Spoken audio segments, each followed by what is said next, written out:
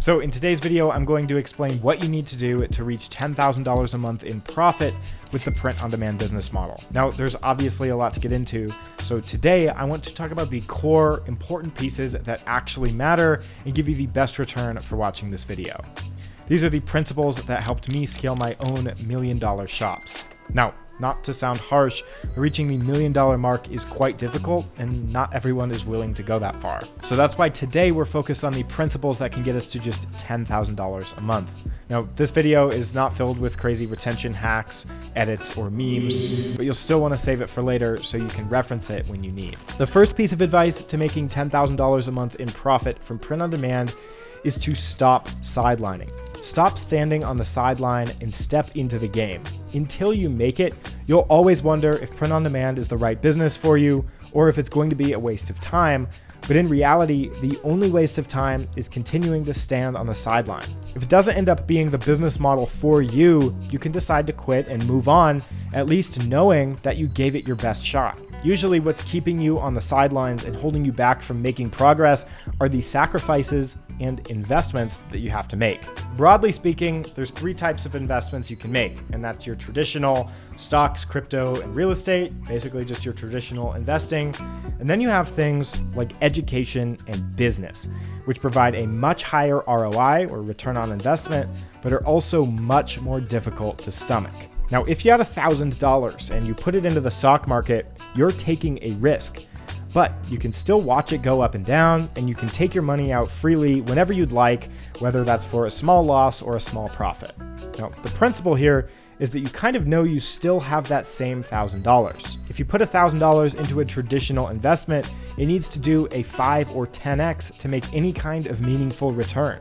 $1,000 at a 10x is still only $10,000, and it's very rare that you catch those kind of moves. But when you invest that same $1,000 into business or education, it feels like a temporary loss because all or most of the money disappears up front. But what you don't see is that investment of just $1,000 could buy you the skills or experiences you need to make $1,000 every month, every week, or every day. You really can't get that kind of return in the stock market, on real estate, or really any kind of traditional investing. But even though it's a significantly higher return, it's much more painful in the short term because it feels like an immediate loss. Now, if that doesn't make it painful enough, on top of the monetary investment, you also have to invest your time. For many people, maybe yourself included, the fear of wasting time is even more painful than the potential loss of any money. Now, if you're serious about the print-on-demand business model and growing it to $10,000 a month, then you have to sacrifice to get there. The good thing is that if you don't have money to spend on education or running ads or hiring freelancers, you can invest more time and manual effort with trial and error to get the same results. But if you'd rather save your time, you can invest more dollars into those things that will speed up your success. Either way, the point here is that it's normal to feel some kind of pain investing and sacrificing time and money into something that you're ultimately uncertain about, whether it's distrust in yourself or in the process. So you have to ask yourself if owning the business that makes you $10,000 a month is worth the investments and sacrifices that you have to make. The next principle in scaling your print-on-demand business to $10,000 a month is to lock in the offer. Your offer is your entire business and business plan. This means making a decision for if you'll sell on a custom Shopify website with your own custom domain name and custom branding, or if you'll sell on a marketplace like Etsy, eBay, or Amazon. You also have to make decisions on the product you're selling. I see so many new shops opening up trying to sell anything and everything they can, which leaves them with no sales. You have to pick a product and pick the type of designs that you're offering on those products. Will you sell custom products? And if so, how much customization will you offer? What about pre-made designs? And how many of them are you willing to make? These decisions are important because they all work, but usually beginners get caught up in trying to appeal to everyone instead of sticking to a business plan. Making an exact plan for what you'll sell, what platform you'll sell on, and who you'll sell to doesn't restrict you, but instead gives you guidelines for how to make better products. But most importantly, the decision gives you clarity and allows you to follow the most important step, which is building a system to produce better products. Print on demand is different from other dropshipping business models in that you control and are responsible for making the product good. You're not reliant on any one product, and you can keep making designs and getting better at making them or buying them from designers, and eventually you will find those hidden winning combinations. People will always buy mugs. They'll always be buying t-shirts or posters or pillows or socks.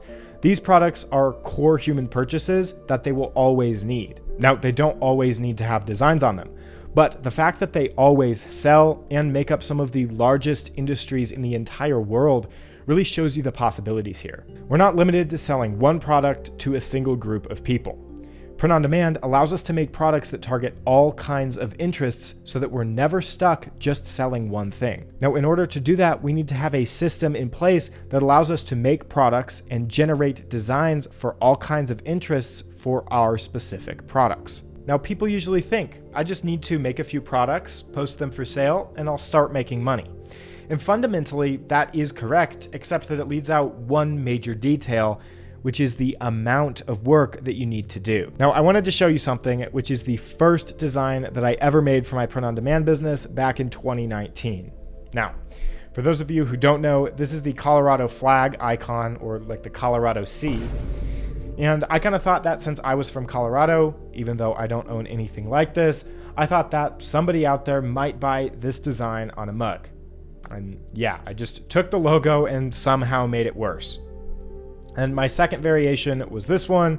And honestly, I think it's probably worse than just the solid red design. Now, I'm showing you this because on that day, I sucked. And I think everyone would agree that nobody's buying this design. And it took me several hours to put that design together. If you take the amount of work that you think it'll take to reach your goal, just multiply it by 10, and that's much more realistic. Now, that sounds extremely overwhelming to a lot of people and kind of demoralizing if you ask me. So to handle this work and do the bulk of the effort, I developed systems and automation tools to help me out. To handle making more, higher quality products when I didn't know how to make them better, instead of giving up, I developed a system that I named the TPP system. Now, this is the same system that I teach my students in the 6-figure storefront course, and it stands for Templatize, Produce, Post.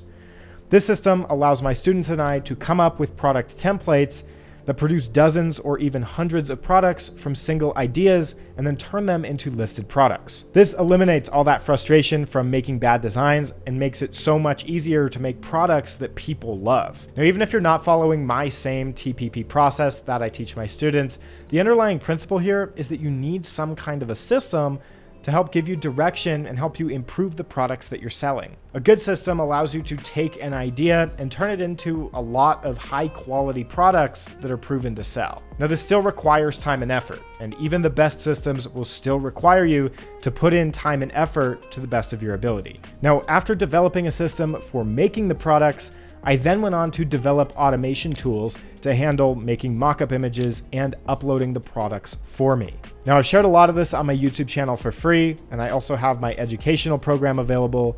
But regardless of if you use any of that, the point here to take away is that you have to develop systems and processes. Because, ladies and gentlemen, let's be honest, it's ultimately your responsibility to make great print-on-demand products if this is the business that you want to be in. But that brings us to our next lesson, which is that you need to set your sights higher. I remember the first month that I took home $10,000 of profit from my print-on-demand business, and that was the richest that I've ever felt, even to this day. Now, that might surprise some of you since my income has continued to grow significantly over the past couple years, but it's because back then I had different perspectives on these arbitrary numbers. See, instead of looking at $10,000 a month in profit as an obstacle or a huge mountain to climb, try viewing it as a milestone instead. You'll get there, but it's not the final destination. $10,000 a month in profit feels like an obstacle when you give it too much importance and view it as an unobtainable level. Now, to help you view this a little bit differently, let's say you make $100,000 a year in profit,